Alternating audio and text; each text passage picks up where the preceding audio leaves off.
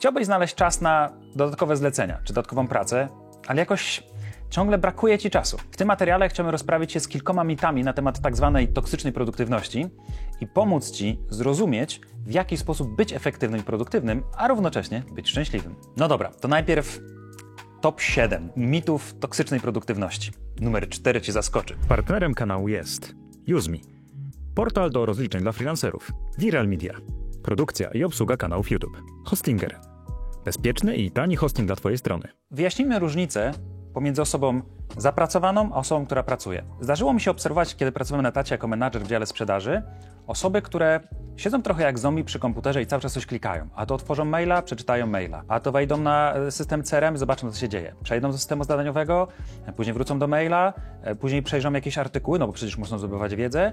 I tak mijała sobie godzina. Po drugiej stronie mamy pracownika, który zajmuje się jednym zadaniem naraz. Otwiera maila, sprawdza rzeczy najważniejsze, dba o inbox zero, czyli usuwa rzeczy niepotrzebne, odpowiada na najważniejsze maile, kończy to zadanie zatytułowane odpisywanie na maila, przechodzi do drugiego zadania, czyli skupia się teraz na systemie CRM, czyli szuka klientów, z którymi powinien się skontaktować. Taka osoba w trakcie godziny załatwiła kilka bardzo ważnych spraw i w odpowiedni sposób podeszła do swojego systemu pracy. Tymczasem ten drugi pracownik cały czas pracował i nic nie zrobił. Żyjemy w czasach, w których produktywność jest gloryfikowana niesamowicie. Nieefektywny pracownik musi zostać zwolniony, musisz być efektywny, musisz dobrze wykorzystywać każdą minutę. To te wszystkie toksyczne materiały o codziennych rutynach, które zrobią z Ciebie milionera. To wszystko nieprawda. Jednym z takich najczęstszych mitów, które się pojawiają, jest właśnie hustling. Hustling, czyli takie podejście, że musisz pracować non-stop, że teraz jest czas, żeby mocno pracować. Od rana do wieczora, jesteś młody, nie masz zobowiązań, pracuj mocno. To nieprawda. To prawda, że będąc trochę młodszym niż ja, masz trochę więcej sił, ale żyjemy w tak złych czasach, w których możesz bardzo szybko wykorzystać swoje zasoby energii. Nie odpoczywając, stajesz się nieproduktywny. Jak powiedział Lincoln, gdybym miał 8 godzin na ścięcie drzewa, spędziłbym 6 na ostrzeniu siekiery. Rzecz, która za tym idzie, czy myśl, która za tym stoi, jest taka, że przede wszystkim mądra praca to produktywna praca, czyli przemyślana praca, ale też w tym piku energetycznym. Nie ma sensu pracować, kiedy jesteś zmęczony, bo wtedy faktycznie stajesz się nieproduktywny. Zamiast być zajętym, bądź efektywny. Druga toksyczna prawda to bardzo szczegółowe ustawianie harmonogramów swojego dnia pracy. To coś, co tak naprawdę rozwala Twój dzień. No bo wyobraźmy sobie taką sytuację. Według niektórych coachów produktywności powinieneś bardzo szczegółowo zaplanować swój dzień pracy. No i faktycznie, przygotować sobie w kalendarzu informację, że o 8 zaczynasz, o 9 spotkanie, o 10:30 kolejne spotkanie, o 11:30 przerwa na lunch, 29 minut, zaraz później 15 minut czytania książki, później kolejne 2 spotkania. I nagle w połowie tego dnia pracy na przykład stałeś w korku o 10 minut za długo i cały Twój misterny plan się sypie. Dobry plan dnia, który powoduje, że też mamy zadowolenie z tego, co robimy, często opiera się na tak zwanych mitach, czyli most important tasks. Przygotuj 3-4 najważniejsze zadania, które musisz zrobić tego konkretnego dnia, które zajmą Ci nie więcej niż połowę Twojego czasu przeznaczonego na pracę. Takie podejście przede wszystkim pozwala Ci osiągnąć satysfakcję z tego, że te najważniejsze zadania dzisiaj zrealizowałeś. Dzięki temu też widzisz proces, przez który idziesz. Wypełnianie na siłę kalendarza nie ma sensu.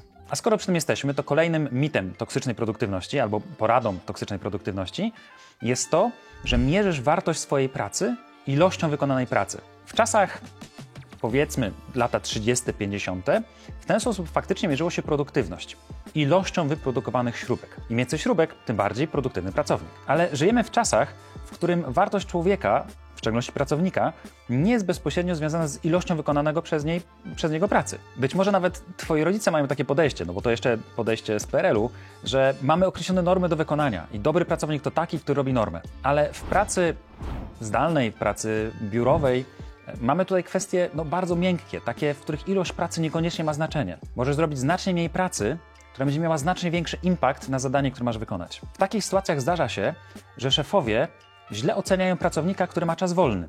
Dlatego wielu pracowników biurowych jest cały czas zajętych, zapracowanych, ale nie stoi za tym żadna wartość. Więc w szczególności, jeśli już pracujesz zdalnie, spróbuj do tego podejść bardzo rozsądnie. Nie miej wyrzutów sumienia tylko dlatego, że zrobiłeś za mało zadań tego konkretnego dnia. Dla niektórych brak czasu jest oznaką sukcesu, ale porównaj te dwa stany. Bycie zapracowanym, a osobą, która wykonuje rzeczy, które są naprawdę ważne i potrafi wybrać priorytety. Jakiego pracownika Ty wolałbyś mieć?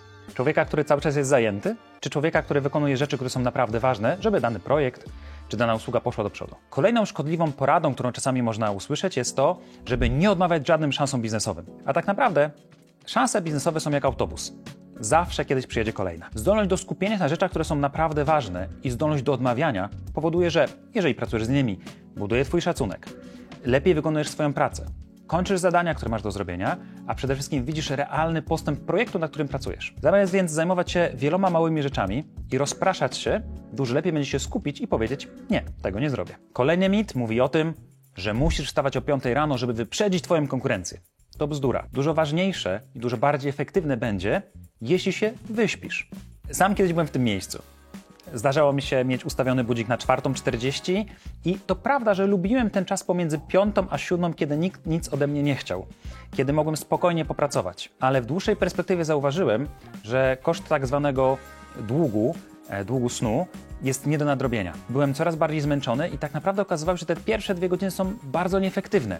Byłem zapracowany, ale niekoniecznie pracowałem. Więc dostosuj swój rytm dnia do Twoich możliwości okoliczności. Podstawą dobrego stanu produktywności jest dobry odpoczynek. Zregenerowany, z pełnym poziomem energii pracownik jest dużo lepszy niż pracownik, który przed godzinę wcześniej do pracy, prawda? A skoro przy tym jesteśmy, to jednym z kolejnych takich właśnie toksycznych porad jest to, aby naciągnąć swój organizm do granic możliwości. Ignorować już pierwsze oznaki zmęczenia. Spokojnie, jeszcze masz dużo zasobów energii. Ale to nieprawda. Może się okazać, że jeżeli będziesz w stanie rozsądnie odmówić pracy, to znaczy zrezygnować z wykonywania tego zadania dzisiaj, a zamiast tego odpocząć, to na drugi dzień nie tylko zrobisz tą pracę szybciej, efektywniej i skuteczniej, ale też będziesz miał więcej z tego satysfakcji. No bo kiedy pracujesz na zmęczeniu, na rozproszeniu, to jesteś tym po prostu udręczony i Twój organizm może się nauczyć takiego mechanizmu, że praca jest bardzo nieprzyjemna i Twój mózg będzie automatycznie robił wszystko, żebyś tą pracą się nie zajął. Czyli będzie produkował kortyzol, będzie Cię bolał brzuch, będzie Cię bolała głowa na samą myśl o pracy. Dużo lepiej, zamiast zmuszać Cię do pracy, jest odpoczywać i być zregenerowanym i takim skoncentrowanym na to, co robimy, bo wtedy dla mózgu to też jest nagroda. Twój mózg lubi robić rzeczy, pod warunkiem, że nie jest przemęczony, niewyspany, a całe ciało Cię po prostu boli. No i ostatnia rzecz, bardzo często niedoceniana, to źle postawione akcenty, w szczególności w głowie. Już wyjaśniam, o co chodzi. Gdybyśmy zrobili takie proste ćwiczenie, które często rekomenduję ludziom, którzy trafiają na moje kursy, to zrobienie takiej listy priorytetów, to znaczy pokładanie w kolejności od 1 do 10 rzeczy, które są prawdziwie ważne. I na kartkach takich rozsypanych na stole ustawiamy życie rodzinne, relacje z innymi, rozwój osobisty, pracę i tak dalej. Większość ludzi intencjonalnie postawi na pierwszym miejscu na przykład rodzinę albo przyjaciół, a dopiero później pracę i zarabianie. Ale rzeczywistość pokazuje, że bardzo często te priorytety są nieprawdziwe. No bo jeżeli najważniejsza jest dla Ciebie rodzina, to dlaczego najwięcej czasu spędzasz w pracy?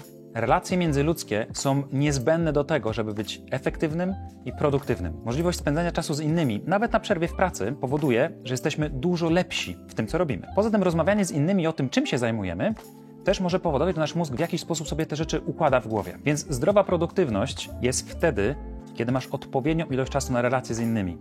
Na relacje z Twoimi bliskimi, przyjaciółmi, znajomymi, kiedy masz czas na to, żeby spędzić z nimi czas. Nie daj sobie wmówić, że hustling i rezygnacja z tego na jakiś czas jest okej.